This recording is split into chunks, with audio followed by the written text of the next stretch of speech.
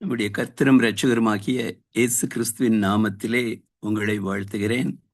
இந்த காலையிலையும் ஆண்டவருடைய சமூகத்தில் வந்து அப்போஸ்தலர் 13வது அதிகாரம் 5 முதல் 12 வசனங்களை தியானிக்கலாம்.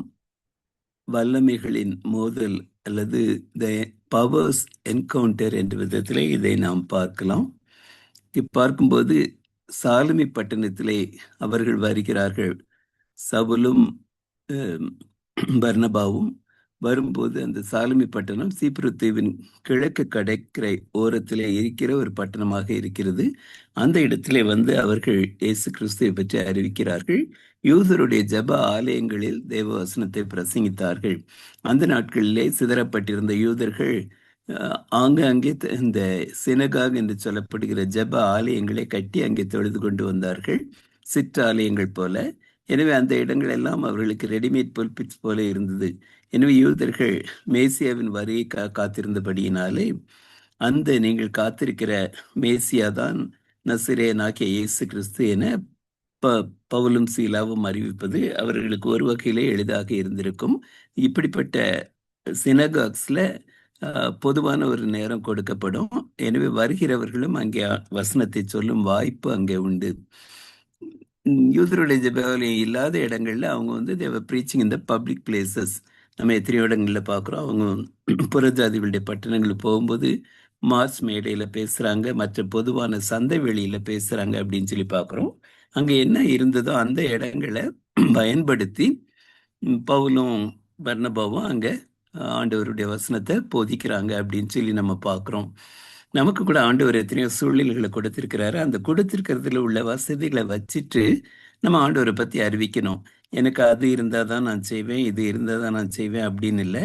அதே மாதிரி நேரம் கூட ஊழியத்தில் பங்கு பெற வேண்டும். இப்போ அழகாக சொன்னாங்க, விபிஎஸ் வரிசையாக வருது, அதில் வாலண்டியர்ஸ் வேண்டி இருக்கும், ஹெல்ப்பர்ஸ் வேண்டி இருக்கும், எத்தனையோ விதத்தில்.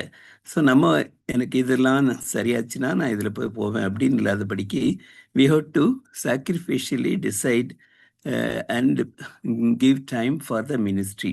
அப்படி நம்ம காத்திருப்பது, போஸ்ட்போன் பண்ணிட்டே இருப்பது அநேகர் அவங்களுடைய வாழ்க்கையில் அது நடக்கவே முடியாத ஒன்றாகவும் மாறிவிடலாம். அதே மாதிரி ஆண்டவருக்கு கொடுக்கறது கூட, நம்ம கையில் இருக்கிறத ஆண்டவருக்கு கொடுக்கும்போது ஆண்டவர் நிச்சயமா நமக்கு உதவிகளை செய்கிறாரு. ஆண்டவர் இப்படிலாம் செஞ்சாருன்னா நான் கொடுப்பேன் அப்படின்னு சிலர் சொல்லிட்டே இருப்பாங்க. ஆனால் அவங்களுடைய பணம் அவங்களோட தான் இருக்கும். அது எந்த விதமான நித்திய முதலீடாகவும் மாறாதுன்னு சொல்லி பார்க்குறோம். நான் ஒருத்தரை பார்த்தேன். அப்போதான் அவர் நல்ல ஒரு பைபிள் காலேஜில் படிச்சுட்டு வந்திருந்தாரு. ஒரு கிராமத்தில் இருந்தார். அப்போ தம்பி நீங்கள் என்ன ஊழியம் செய்ய போகிறீங்கன்னா, என்னுடைய மக்கள் ரொம்ப தேவையோடு இருக்காங்க, அவங்க மத்தியில் நான் ஊழியம் செய்யணும் அப்படின்னாரு. அப்படியா, நீங்கள் எப்படி இங்கே ஊழியம் செய்ய போகிறீங்க, எப்போ அப்படின்னு கேட்டப்ப, இப்போ தான் நான் எஃப்சிஆர் அப்ளை பண்ணியிருக்கிறேன், அது வந்த உடனே ஊழியத்தை ஆரம்பிப்பேன் அப்படின்னாரு. ஸோ இவருடைய மக்கள் மத்தியில் இவர் தான் உழைக்கணும், இவருக்கு மொழி எல்லாம் தெரியும், ஆனால் கூட வெளிநாட்டிலேருந்து பணம் வந்தால் தான் நான் என்னுடைய மக்களுக்கு ஊழியம் செய்ய முடியும். அப்படிப்பட்ட ஒரு தவறான எண்ணத்தில் அவர் இருந்தார் அப்படின்னு சொல்லி பார்க்குறோம். அப்படி இல்லாதபடிக்கு நம்ம கையில் இருக்கிறத வச்சு நம்ம ஊழியத்தை செய்ய ஆண்டவர் நமக்கு உதவி செய்யணும். அடுத்த வசனம் சொல்வது, யோவானும் அவர்களுக்கு உதவிக்காரனாக இருந்தான். அந்த ஜான் மார்க் இவரை குறித்து நம்ம இன்னொரு நேரத்தில் நம்ம விரிவாக பார்க்கலாம். அவங்க திரும்பி வந்தபோது பாப்பு பட்டணத்துக்கு வருங்கிறாங்க. அது அந்த தலைநகராக கருதப்படுகிறது. அங்கே பர்கேசு அப்படிங்கிற ஒருத்தர் இருக்கிறாரு. அவர் குறித்து பார்க்கும்போது பர்கேசு என்றால் பார் அப்படின்னா மகன் அப்படின்னு சொல்லி அர்த்தம். இயேசுனா யோசுவா. ஸோ யோசுவாவின் மகன் ஜீசஸ் அப்படிங்கிறப்ப கூட ஜாஷுவா அப்படின்னு சொல்லி தான் அர்த்தம் அது. எனவே யோசுவாவின் மகன் அல்லது இரட்சகரின் மகன் அப்படின்னு சொல்லி அது பொருள்படும். அருமையான ஒரு நல்ல பேரை வச்சிருக்கிறாரு. அவருக்கு இன்னொரு பேரும் இருக்கு. அதுக்கு அர்த்தம் எலிமாஸ்னா மாய வித்தைக்காரன், மந்திரவாதி அப்படின்னு சொல்லி. ஸோ பல யூதர்கள் 2 பெயர்கள் வைத்திருக்கலாம். இவருக்கு 2 முரண்பாடான பெயர்கள் இருக்கு அப்படின்னு சொல்லி பார்க்குறோம். மாயவித்தைக்காரன் அப்படின்னு சொல்லி சொல்லும்போது இவர் யூதரா இருக்கிறாரு. அப்படி இருக்கும்போது மாயவித்தை செய்யக்கூடாது அப்படிங்கிறது வேதத்தில் தெளிவாக சொல்லியிருக்கு. உபாகமம் 18 நம்ம பார்க்குறோம். மாயவித்தைக்காரன் வந்து உங்களுக்குள்ள இருக்கக்கூடாது அப்படின்னு சொல்லியிருக்கு.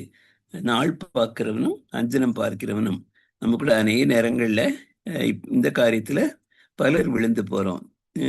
மேரேஜுக்கு டேட் ஃபிக்ஸ் பண்ணோம் அப்படிங்கிறப்ப சில இடங்களில் நான் பார்த்துருக்கேன், இந்த கேலண்டரை எடுத்துட்டு வா அப்படின்னு சொல்லி பார்த்து எந்த நாள்ல எந்த நேரத்துல அப்படின்னு சொல்லி பார்த்து தீர்மானிக்கிற கிறிஸ்தவர்கள் இருக்கிறாங்க. எனவே நம்ம நாள் பார்க்கறதும் தவறான காரியம், நேரம் பார்க்கறதும் தவறான காரியம். எல்லா நாளுமே ஆண்டவரால உண்டாக்கப்பட்டது. என்னுடைய முதல் மகளுக்கு திருமணம் செய்தப்ப வேறொரு சபையில நாங்க நடத்த வேண்டியிருந்துச்சு. இப்ப போய் பார்த்தப்ப அவர் கேட்டாரு.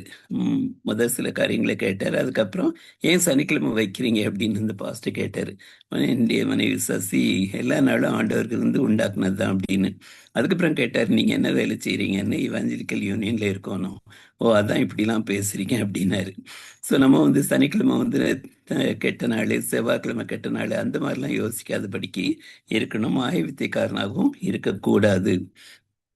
இப்படிப்பட்டவர்கள் கர்த்தருக்கு அருவருப்பானவர்கள், நாள் பார்க்கிறவர்களுக்கும் குறி சொல்லுகிறவர்களுக்கும் செவி கொடுக்கிறார்கள். இது வந்து தவறான காரியம் அப்படின்னு சொல்லி நம்ம பார்க்கிறோம். அப்படி இல்லாதபடிக்கு ஆண்டவருக்கு நம்ம செவி கொடுக்க வேண்டியது அவசியமான காரியம் என்று சொல்லி பார்க்கிறோம்.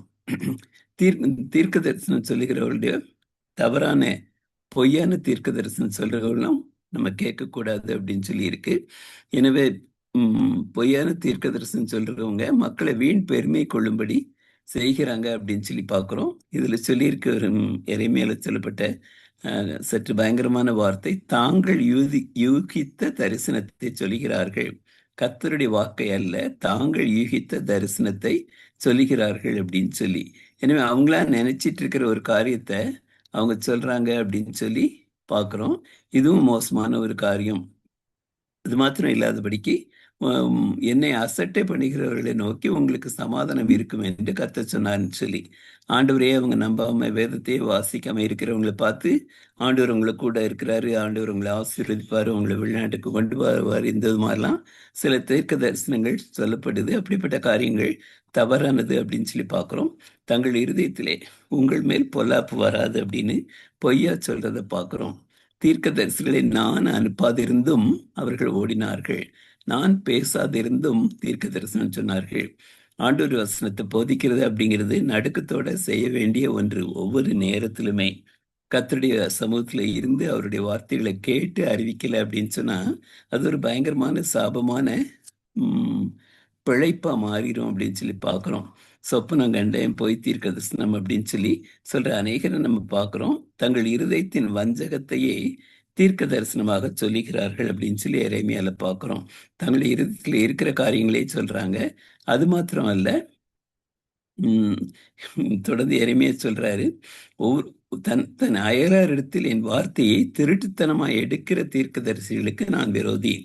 இந்த இடத்துல நீங்க செய்து கொடுக்கணுங்க அப்படியா அப்படின்னு சொல்லி ஜெபிக்காம, ஆண்டுடைய சமத்துல வேதத்தை வாசித்து தியானம் பண்ணாம உடனே சில புத்தகங்களை புரட்டி பார்த்து, அல்லது இப்ப ரொம்ப கை வந்த கலையா வந்துருச்சு ஆர்டிஃபிஷியல் இன்டெலிஜென்ஸ் இல்லையா, ஏஐல போய் டாப்பிக்கை கொடுத்தா உடனே ஒரு செர்மன் வந்துடும்.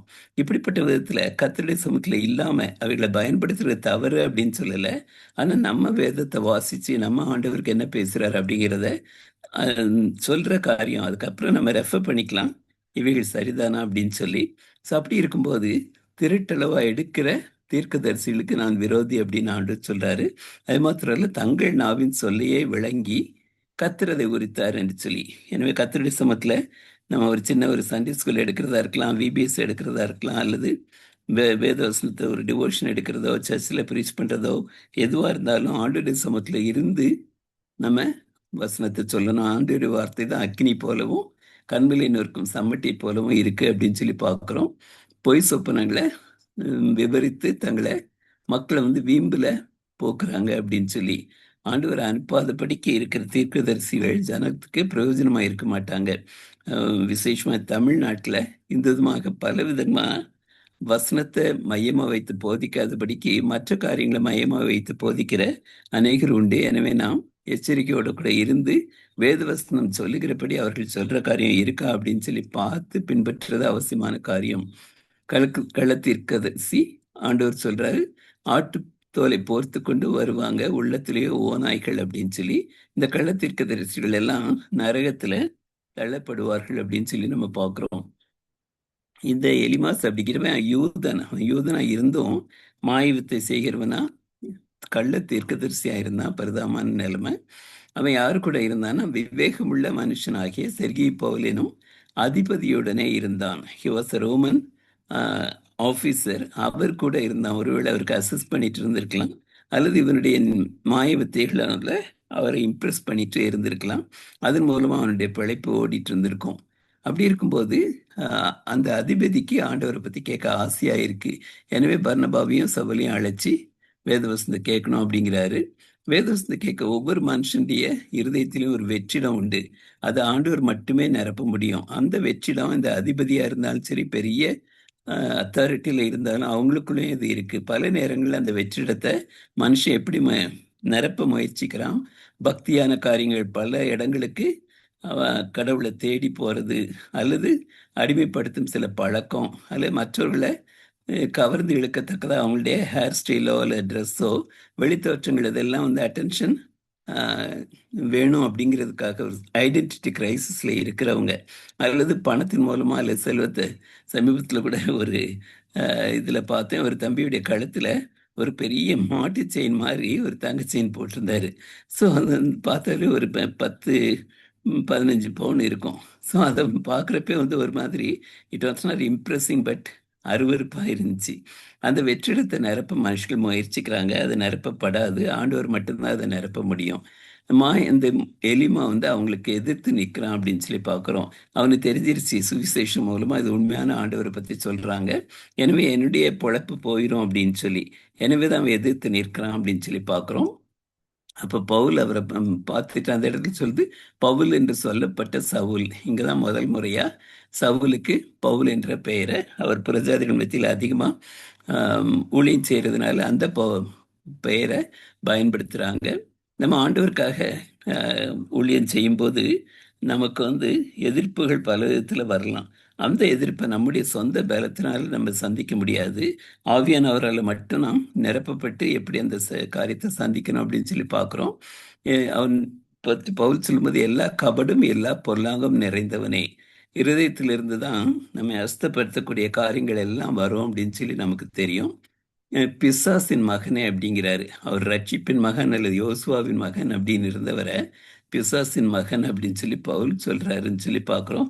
நம்முடைய பெயருக்கு பல நேரங்களில் நம்ம சம்பந்தமே இல்லாமல் நம்முடைய வாழ்க்கை இருக்கலாம். நீதிக்கு எல்லாம் பகிங்கனே. நம்முடைய தேசத்துல ஒரு பார்லிமெண்ட்ல சத்தியமேவ ஜெயத்தை அப்படின்னு சொல்லி இருக்கு. நம்முடைய தமிழ்நாடு அரசு இதுல வாய்மையை வெல்லும் என்று சொல்லி. எனவே அதுதான் ஒரு தேசத்துக்கு நன்மையை கொண்டு வரக்கூடியது. ஆனா சத்தியத்துக்கு நீதிக்கு விரோதமான காரியங்கள் நடக்கும்போது ஆண்டவர் நம்ம அழைப்பாரானால் அதற்கு எதிராக நம்ம குரல் கொடுக்க தயங்கக்கூடாது. கர்த்தருடைய செம்மையான வழிகளை புரட்டுவதில் ஓயமாயிட்டாயோ. சுவிசேஷத்துக்கு எத்தனையோ எதிர்ப்புகள் வரும், அது மனுஷர்கள் கொண்டு வர்றதில்லை.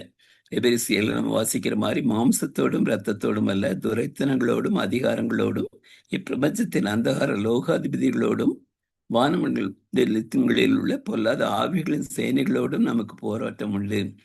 அங்க இந்த பவுல் அவருக்கு ஒரு தண்டனையை கொடுக்கிறாரு. நீ சில காலம் குருடனாயிருப்பாயின்னு. உடனே அவர் டெம்பரரிலி ஹி வாஸ் பிளைண்டட் அப்படின்னு சொல்லி பார்க்குறோம். அப்படிப்பட்ட காரியத்தில் இது பண்ணி உடனே அவர் வந்து கண் முழுமையா தெரியாம போயிடுச்சு. அந்த இதை பார்த்த உடனே அந்த அதிபதியாவே வந்து இவருக்கு இப்படி பண்ணிட்டானே இவனுக்கு கோவப்படாதபடிக்கு அதை கண்டு கர்த்தருடைய வல்லமையை கண்டு அவர் விசுவாசித்தார் அப்படின்னு சொல்லி பார்க்குறோம். நமக்குள்ள சுவிசேஷத்தை அறிவிக்கிறதுல ஆண்டுடைய வல்லமை வெளிப்படும்படியா நம்ம ஜெபிக்க வேண்டியதாக இருக்கிறோம். அவருடைய ஆலோசனைப்படி நம்ம செய்யும்போது நம்முடைய சபையில ஊழியத்துல வலிமையான காரியங்கள் நடக்கும். அநேகர் கிறிஸ்துவை அறிந்து கொள்ள அது ஏதுவா இருக்கும் அப்படின்னு சொல்லி நம்ம பார்க்குறோம். பால் சுதாகர் அப்படிங்கிற ஒருத்தர் இந்த பிரசிடென்ட் ராதாகிருஷ்ணன்கிட்ட போய் நான் உண்மையான குருவை பின்பற்றணும், யார் அது அப்படின்னு கேட்டப்ப அவர் இவருக்கு புதிய ஏற்பாடை கொடுத்து இயேசு கிறிஸ்து தான் உண்மையான குரு அப்படின்னு சொன்னாரு. எனக்கு இவர் அதை வாசிச்சு பின்னால் ஆண்டவரை ஏற்றுக்கொள்ள ஒரு பெரிய ஒரு பிரசங்கியாரா இருந்தார் கேரளால மற்ற இடங்கள் எல்லாம். ஆனா அதை கொடுத்த நபர் வந்து அதே நிலைமையில தான் இருந்தார் அப்படின்னு சொல்லி பார்க்குறோம். அவர் சத்தியத்தின்படி நடக்க முடியல. வேதம் என்ன சொல்லுது, நம்ம எல்லா மனுஷருக்காகவும் விண்ணப்பம் பண்ணணும், விசேஷமா ராஜாக்களுக்காகவும் அதிகாரம் உள்ளவர்களுக்காகவும் நம்ம அமைதியில் உள்ள ஜீவனா பண்ணும்படி. அது மாத்திரமல்ல, எல்லா மனுஷரும் ரட்சிக்கப்படணும். எனவே நம்முடைய தேசத்தின் அதிகாரிகளும் ரட்சிக்கப்படணும் அப்படின்னு சொல்லி ஜெபிக்க வேண்டியது நமக்கு அவசியமானது. விசேஷமா இந்த எலெக்ஷன் வருது. தமிழ்நாட்டில் ஓட்டு இருக்கிற எல்லாரும் கட்டாயம் போய் உங்களுடைய ஓட்டு அங்கே போட்டுருங்க. இது ஒரு முக்கியமான ஒரு எலெக்ஷன் இட்ஸ் குரூஷியல் எலெக்ஷன். எனவே நம்ம தலைவர்களுக்காக நம்ம ஜெபிக்கணும். சத்தியம் அவங்களுக்கு தெரியும், ஆனால் கூட தங்களுடைய சமுதாயம், தங்களுடைய பேரு பதவி, இதுக்காக அந்த உண்மைகளை மறைச்சு அவங்க வாழ்றாங்கன்னு சொல்லி பார்க்குறோம். அப்படிப்பட்டவங்களுக்கு ஆண்டுடைய சத்தியம் தெரிஞ்சு அவங்க ஆண்டூருக்குள்ள வரத்தக்கதா நம்ம ஜெபிக்கிறது அவசியமானது. நம்முடைய தேசத்தின் தலைவர்கள், அதிகாரத்தில் இருப்பவங்க, ஆளுகிறவர்கள், எதிர்க்கட்சியில் இருக்கவங்க எல்லாருக்காகவும் நம்ம ஜெபிக்கணும். அவங்க ஆண்டவர் உண்மையான மனம் திரும்ப அந்த அதிபதி கிறிஸ்துவை ஏற்றுக்கொண்ட மாதிரி நம்முடைய தேசத்திலும் பெரிய பெரிய ஆட்கள் எல்லாம் ஆண்டவரை ஏற்றுக்கொள்ளும்படியா நம்ம ஜெபிக்கும் போது நம்முடைய தேசத்துல சுபிட்சம் உண்டாகும், சமாதானம் உண்டாகும், ஆண்டவருடைய ஆசீர்வாதம் தங்கி இருக்கும். அப்படிப்பட்ட கிருபையை கர்த்தர் நமக்கு தந்தருள்வாராக. ஆமென்.